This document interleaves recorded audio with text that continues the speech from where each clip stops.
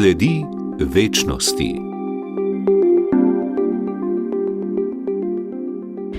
Lepo pozdravljeni. V jubilejnem svetem letu, posvečenem upanju v katoliški cerkvi, mineva 1700 let od prvega ekumenskega koncila v Niceji. Veroizpoved, ki jo je določil Nicejski koncil, je danes temelj vere kristjanov vseh cerkva. Prvi vesoljni ali ekumenski cerkveni zbor, Nicejski koncil, ki ga je leta 325 sklical rimski cesar Konstantin I., je mejnik v zgodovini cerkve, kot je v bulji v napovedi svetega leta 2025 izpostavil tudi pokojni papež Frančišek. Papež Leon XIV se je nedavno mudil na obisku po Turčiji in Libanonu, tudi v škofiji Celje pa so oktobra romali v Turčijo na kraje prvih krščanskih cerkva. Naš gost je zato celjski škof, dr. Maksimilijan Matjaž. Dobrodošli. Dober dan. Kako ste med obiskom teh skupnih korenin doživljali ekumenski razmislek in kako 1700-letnico koncila v besedah pravzaprav strniti do te mere, da pridemo do bistva, katerega sad verniki molijo v veroizpovedi, da je sin rojen, neustvarjen, enega bistva z očetom? Ja, to je bilo za nas res tudi edinstvena priložnost v okviru svetega leta, da smo poromali na kraje teh naših prakrščanskih cerkva. Ena izmed njih je bila tam v Nikeji, v Niceji, v Turčiji, kjer smo nekako doživeli ne samo odkritje teh ostankov bazilik in pa drugih stavb tistega časa pravzaprav prvih let krščanske svobode, leta 325, ko je tam cesar Konstantin nekako povabil škofe, ki so še doživeli nekaj let prej preganjanje, škofe iz tistega pač rimskega, pretežno vzhodnega dela rimskega cesarstva v Nikejo, da bi tam skupaj res določili te temeljne resnice naše vere, da bi nekako zagotovili dobro, ne samo enotnost, gotovo za njega je bilo pomembno enotnost v veroizpovedi, ki je zagotavljala tudi na nek način potem združevalno moč narodov v tem velikem večnarodnem in večreligijskem kontekstu rimske države.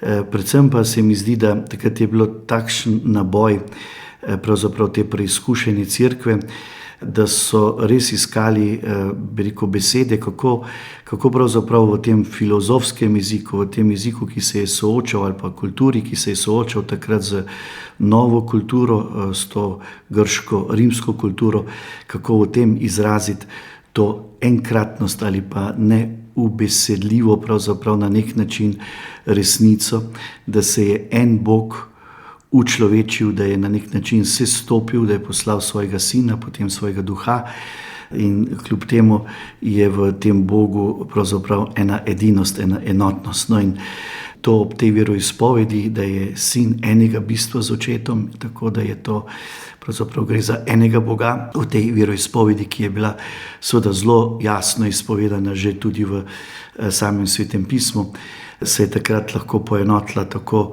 vzhodna kot zahodna cerkev. Moramo vedeti, da to je bilo že dejansko tako 300 let po dogodkih in v posameznih delih tega velikega imperija so seveda bili različni učitelji in različni učitelji so že to vero začeli razlagati na svoj način. V Turčiji ste poudarili, da je sveto leto priložnost, da se znova zavemo krstne milosti in dovolimo Božji besedi, da nas vodi naprej. Kje vse vas je vodila pot? Kaj vas je osebno najbolj presenetilo? Morda kakšen trenutek ali srečanje, kjer ste začutili evangelijsko moč? Res je, ko se potuješ po tej pokrajini, ki je bila pravzaprav zibelka krščanske kulture, kraj prve cerkve, zdaj pa je tako zelo drugačna in srečuješ, samo ostanke krščanstva v različnih ruševinah in v teh izkopaninah starih mest, te na nek način dejansko te presune. Po drugi strani pa se prav to, da pride tudi močneje do izraza, da nobena moč, nobena sila te misli duha, evangeljske vire več ne more ustaviti. lahko se spremenijo strukture, lahko zginejo recimo neki objekti, neke kulture, ta duh učlovečenega Boga pa bo živ naprej. Se mi zdi, da smo lahko doživljali na teh krajih prav to resnico, da evangelij dejansko ne potrebuje ali pa ni bistveno, da bi imel neke objekte moči, da bi ga varovala moč, ampak da najde srce, ki ga sprejme, ki ga potem učloveči in ki ga živi in nosi naprej. Tako smo prepotovali teh 7 glavnih cerkva, ki so omenjene v knjigi Razodetja kot te Janezove cerkve. To so cerkve že, ki so nastale tam v začetku, se pravi proti koncu 1. stoletja. Dejansko v času, ko so se že začela preganjanje, bolj ko se je krščanstvo nekako pojavljalo oziroma ko je nekako stopilo v to mestno kulturo in se soočilo z tem mnogoboštvom, seveda so se takoj pojavili tudi prvi upori in tako so pravzaprav vsa ta mesta, ki so zdaj seveda v ruševinah, Efes, Pergamon, Sarde, Laodikeja, Kolos, ki smo jih tam srečali, na nek način združujejo, nekako lahko začutiš to sled, recimo vsej 300-400 let od tega prebujanja krščanstva, od cveta krščanstva, ki se je zgodilo v tej bizantinski dobi in potem tudi hitrega zatona v 6. in 7. stoletju z prihodom islama in tujih vplivov in tujih narodov. Tako da se mi zdi, da je to neka iskra duha, ki pa je zelo močno, dejansko, ki se je pa utelesila v dejansko kulturo človeštva, ki jo je takrat predstavljala grško-rimska kultura in je prav tudi na podlagi teh študijev oziroma teh cerkvenih očetov, ki so takrat poskušali najti ta odnos, dialog, povezavo z svetom, v resnici preživela in smo na nek način tudi danes živimo iz sadov tiste umestitve Božje besede v nek konkreten prostor. Kako lahko po vašem mnenju cerkev konkretno pomaga vernikom, da bi ta krstni dar rojeval sadove v vsakdanjem življenju? Ja, to pa je zdaj veliko vprašanje, po drugi strani pa tudi zelo preprosto. Naše temeljno poslanstvo pravzaprav je prvo poslanstvo je pričevanje tega, kar smo sami izkusili, sami doživeli vsak vernik, kot cerkev. Ko govorimo o cerkvi, se mi zdi, da zdaj v tem času po Frančišku že lahko razumemo, da je cerkev občestvo vseh članov, vseh, ki so krščeni, zaznamovani z Svetim Duhom. Tako da prvo naše poslanstvo je dejansko življenje iz resnice in moči te vere. Cerkev kot taka pa seveda potem ima tudi to nalogo, da pomaga tudi drugim brati znamenje časa. Recimo papež je prav v tej bulji ob svetem letu tako napisal, se mi zdi zelo močno, ena izmed nalog je prepoznavati znamenje upanja v tem času. Ne samo, da se zavedamo virov, iz katerega rastemo, ampak da prepoznavamo tudi to delovanje prav tega Boga, učlovečenega Boga, njegovega duha, pomagati brati Božjo besedo, razbrati Božjo besedo in na nek način potem prevajati v svoje življenje. To se mi zdi, da je naša skupna naloga in poslanstvo. Na romanju v Turčijo pod okriljem škofije Celje je ob vas in murskosoboškem škofu romalo 20 duhovnikov ter več kot 20 laikov. No, kako ste ob tej skupni izkušnji prebiranja Svetega pisma na kraju dogodka videli utrip cerkve danes? Je romanje pokazalo, da se duhovniki in laiki lahko globje povežejo v skupni odgovornosti za oznanilo? Se mi zdi res, da je bilo to zelo močno in lepo izkušnja. Bili smo tako polovica laikov, polovica duhovnikov. In prav to je dalo, pravzaprav na nek način pokazalo to živost cerkve in pa v rodovitnost Svetega Duha. Bistvo Svetega Duha je dejansko občestvenost, povezanost, povezovanje. In ta navdih prihaja pravzaprav preko odnosa, preko drug ob drugem, drug po drugem. se seveda učimo tako prepoznavati, kot sem prej rekel, znamenja, vire in pa Boga drugega krepiti, pa tudi seveda rasti v neki ljubezni, ker odnosi so pravzaprav najboljša šola življenja, takega rodovitnega življenja, ne. Papež Leon XIV. Je nedavno obiskal Turčijo in Libanon, srečal se je tudi z monsinjorjem Martinom Kmicem, izmirskim nadškofom. Katoličani v Turčiji seveda živijo v izraziti manjšini, tudi vi ste obiskali nadškofa, kaj je izpostavil, denimo papež je med obiskom poudaril, da je v majhnosti pravzaprav velika možnost, da Bog deluje. Ja, res je zanimivo, tako močan poudarek je bil narejen s tem romanjem, papeževim romanjem na ta kraj, ker je bilo to njegovo prvo apostolsko romanje kot papež, se pravi, in s tem dejansko papež pokaže tudi na nek način program svojega pontifikata, svojega poslanstva. In zdi se in vidi se od vsega začetka, da je papežu zelo veliko seveda za to oznanilo miru. Živimo zdaj v tem času teh velikih vojn in nevarnost vojn, pravzaprav svetovnih vojn, spora med različnimi kulturami, tudi preganjanje krščanstva, preganjanje drugih verskih manjšin.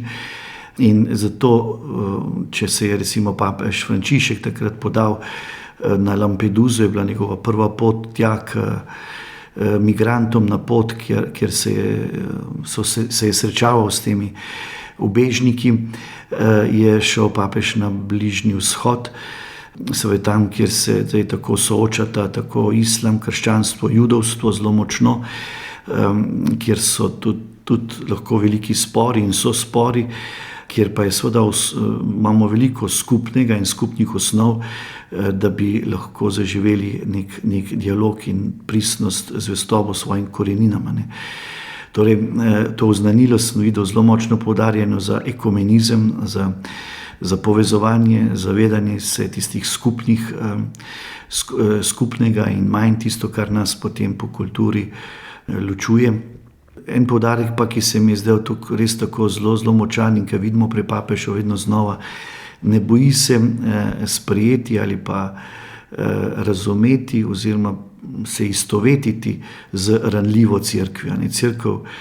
Cerkev je že dejansko v svoji osnovi nekaj, kar je nepopolno, zato ker je rojeno iz Kristusove rane, pravzaprav iz križa, torej je ranljiva, zato je občutljiva, ni popolna v svoji človeškosti, in če lahko to sprejemamo, je to lahko tudi izziv za eno boljšo gradnjo medsebojnih odnosov, bolj sočutno in potrpežljivo, razumevajočo držo, no in hkrati pa seveda, da ne izgubimo izpred oči trpljenje in stisk sedanjega časa, ki jih pa je tudi res veliko, ne.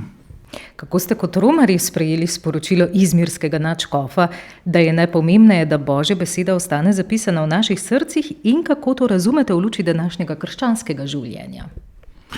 Zelo močno je bilo in polno globokih doživetij srečati recimo res živo cerkev v tem tako tujem, tam islamskem svetu. Krščanska skupnost, katoliška skupnost je še posebej velika manjšina, in ki pravzaprav nima ničesar, ne more posedovati tudi ne kakšnih trdnejših objektov in imeti nekih struktur, ampak res pravi, se lahko zanašamo samo na moč evangelija, moč vere. Živimo iz solidarnosti, iz povezanosti z vesoljno cerkvijo, tam pa pravzaprav pričujejo za življenje, za to res prepričljivost evangelija in krščanskega oznanila. In videli smo tistih nekaj domačinov, ki smo jih srečali, seveda zelo prepričljivih, zelo povezanih, zelo srčnih, realnih, mirnih, tako da mislim, da je stik z našim rojakom, ki na tem področju dela zdaj že vrsto let in je zdaj prevzel tudi to odgovornost, da povezuje cerkev na zelo velikem področju, kjer je kristjanov manj kot 10 000, kjer je duhovnikov manj kot 20, in to se pozna na človeku, ne, da ima pravzaprav neke drugačne usmeritve in da je poln nekega upanja, ki ni odvisno od teh zunanjih okoliščin. Vi pa ste dejali tudi, citiram, če hočeš, da te Božja beseda vodi naprej, je potrebna odločitev. Ja, tudi to se učimo in smo se učili tudi v tem letu upanja, letu romanja. Pravzaprav človeško življenje je pot, ne.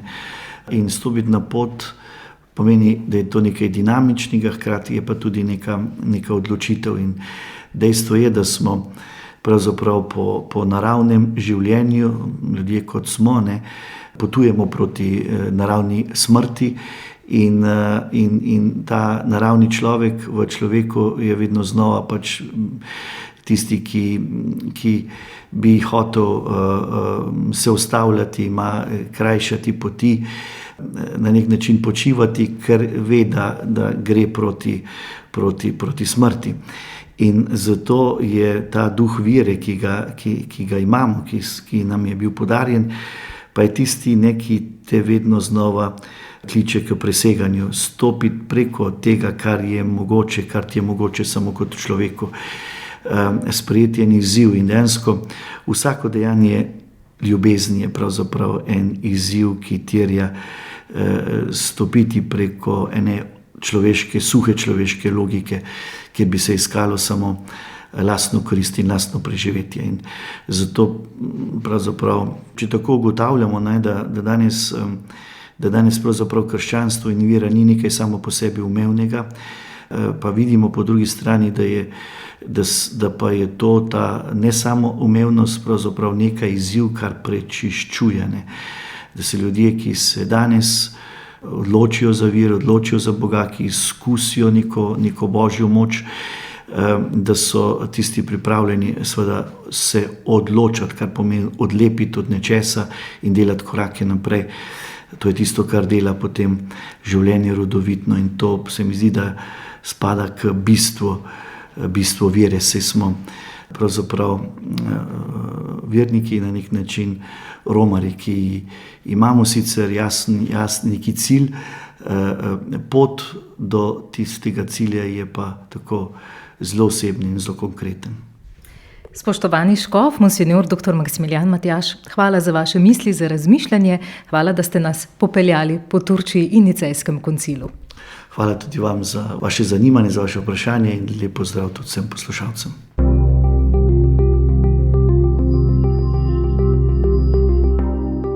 Sledi večnosti.